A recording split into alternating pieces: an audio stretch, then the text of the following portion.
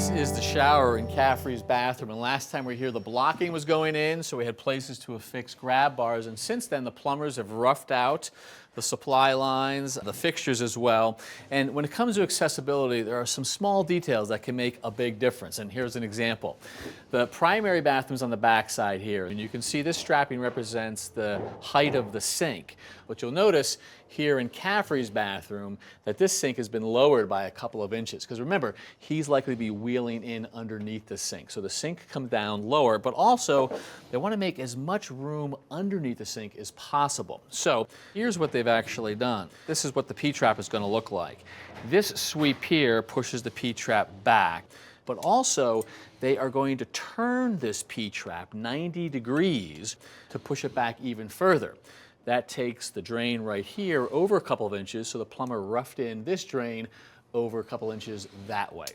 As I said, just a couple small details can have a big impact on Caffrey's ease of use in this room. Hey Heath, how you doing? Hey Kevin. So laying out the lights, recessed? Yeah, this is the fun part. Work on the layout, yeah. We have a pretty good plan from the architect laying everything out. And we're actually having pretty good success where everything's landing. We're not having to worry about moving things too much as far as the framing, so it's working out pretty well. I also like to hear that. And what are we using? These are 4-inch lights with these 4-inch brackets. It might look a little familiar to you. Oh yeah, we saw these recently at the Concord project, right? You set them up into the hole and the springs will actually snap down to pull it up? Exactly.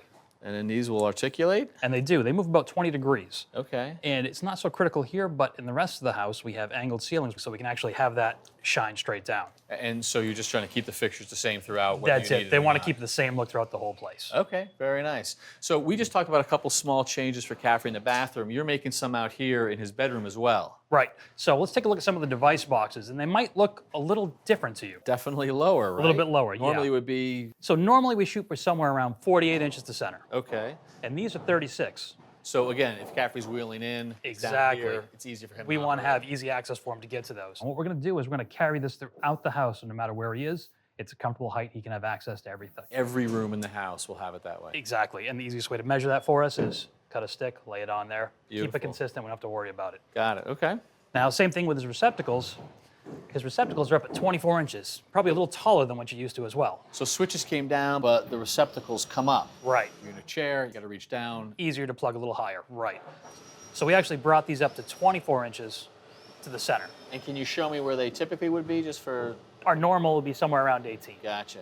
So I guess when we're at this stage of the framing, again, small detail, but you can do it just as easily as you can put them up high or low. It makes no difference. Yeah, it's just where it's going to be convenient and easy to use for him.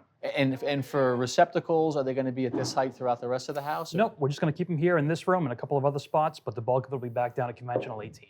Nice touch, Heath. Thank you. All right, thanks. Thanks for watching. This Old House has got a video for just about every home improvement project, so be sure to check out the others.